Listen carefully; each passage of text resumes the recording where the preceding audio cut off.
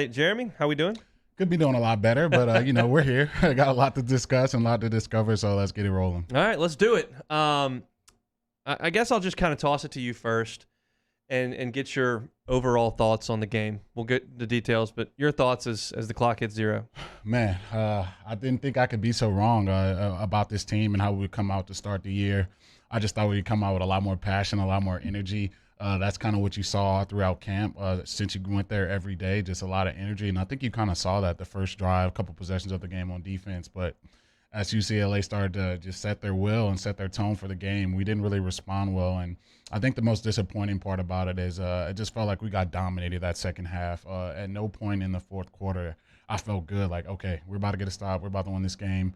It was just kind of like they got to do what they wanted to do with the football, and we just had to respond to it. And that's just no way for our LSU football team to come out to start the year. So there's some positives we could take from this, but for the most part, it just was not a good performance. No, it wasn't. And we were very upfront and very open throughout the 3 weeks previewing this game that we were being very positive based on the stories that you see at camp.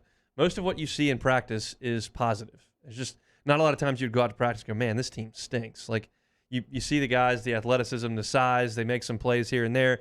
And we, said, look, we think the team's going to be pretty good. But on the flip side, we did express some concerns. And unfortunately, the concerns that we had were just amplified tenfold. And just LSU was dominated in their areas of perceived potential weakness. And that's why UCLA ran away from them and won by double digits. So we'll start to get into them, and the numbers back it up. What you watched back it up. It was very obvious. Starts with the offensive line. There was absolutely zero push in the run game, zero production in the run game, and they did a very poor job of picking up blitzes. I mean, when I look at what LSU did running the football, 25 attempts for 48 yards, and I look at Ty Davis Price. Listen to his first 1, 2, 3, 4, 5, 6, 7, 8, 9, 10 runs. 1 yard, 4 yards, 1 yard, 1 yard, 2 yards, 1 yard, 1 yard. There's just nothing there. They could not move the line of scrimmage an inch. The running backs were not making any big plays. They couldn't run it at all. And then when you looked at Max, they were sending blitzes, and half the time they were coming free. Caused the interception. The slide went to the right. They blitzed off the left. Nothing there. Max was kind of running for his life some of the times. Ridiculous behind the head throw, whatever that was.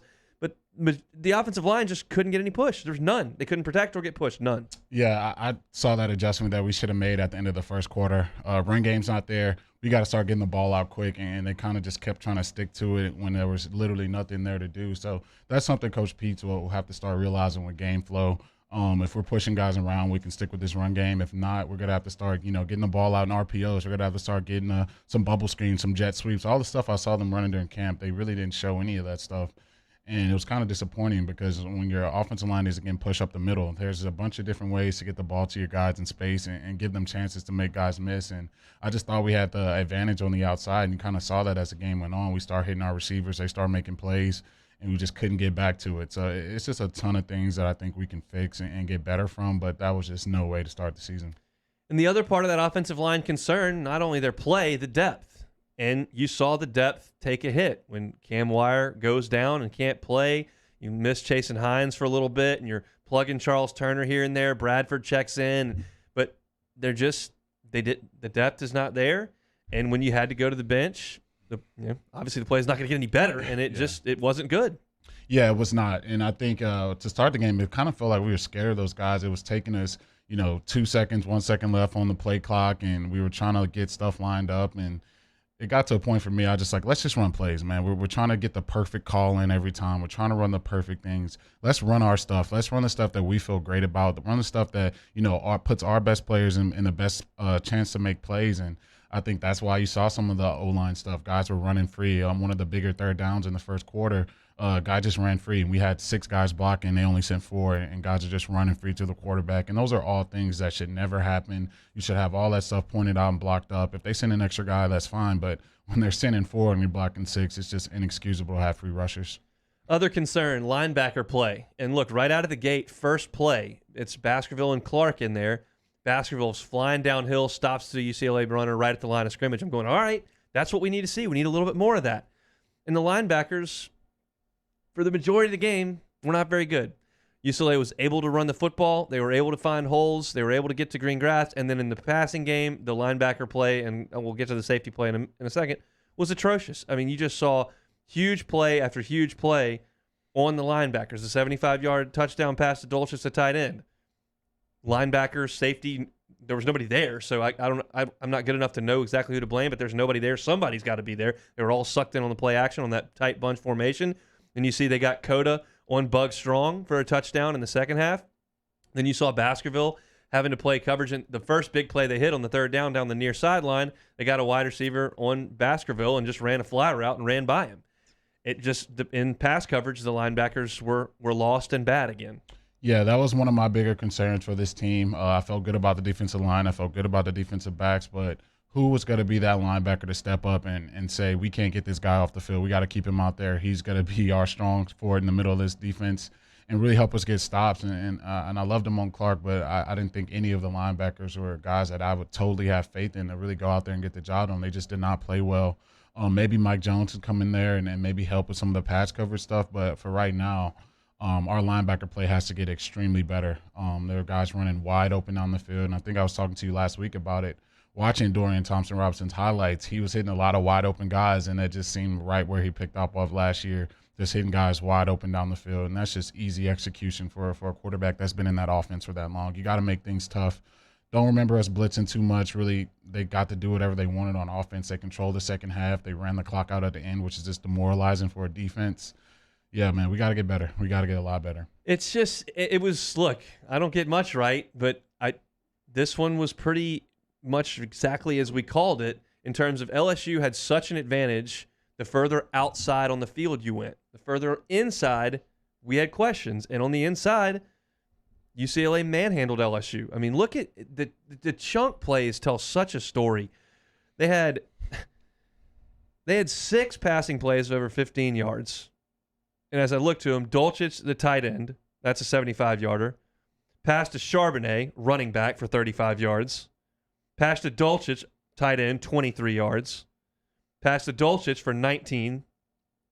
And then the 45-yarder to Phillips, which was a wide receiver. But in the pass play, they had a bunch of chunk plays to tight ends and running backs. And then on the ground, they had 10 plays of 10-plus yards.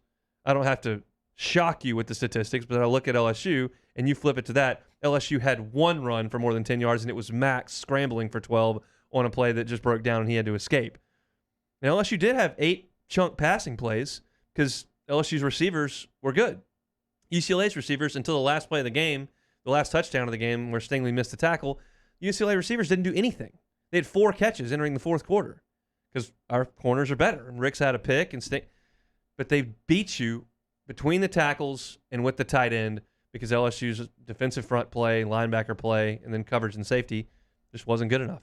Yeah, that was my prediction as well. I said Dorian Thompson-Robinson isn't going to drop back and throw it 50, 60 times. It's going to be off the play action, and that's how they hit the big tight end before the half, before the touchdown, just off play action. He's running down the field by himself. And another big third down that just blew my mind, they checked the ball down to Charbonnet, and he ran for 20 yards. That stuff should never happen in a college football game. You got linebackers there. They should be coming down, rallying to the ball, and getting them down and getting your defense off the field. And when you're able to just hit little check downs and just hit the ball to the tight end down the field, it makes it impossible to get stops as a defense. So our linebacker and safety play is going to have to get extremely better if this team wants to have any type of season that they would like to have.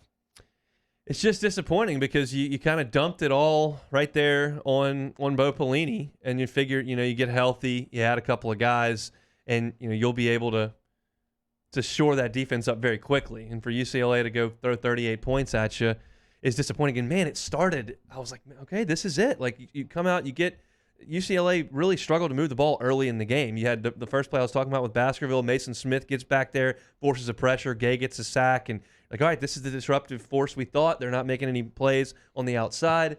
But it was just a slow and steady bleed. And finally, they got it rolling, and there was nothing you could do. And then for the game – Charbonnet ends up with 117 yards on the ground. He averaged 10.6 yards per carry. And, oh, by the way, Britton Brown had 96 yards on the ground as well. He averaged 5.5 a carry. That's just getting shoved around. Yeah, that's definitely getting shoved around. And like I said before the game, they weren't doing anything crazy. I thought Chip Kelly would open the offense up and do all these magical trick things. They're just running the ball right at us, run the ball right down our throats, and there's nothing we can do about it. Just watching LSU throughout the years, just seeing running backs run through tackles, get extra yards after contact.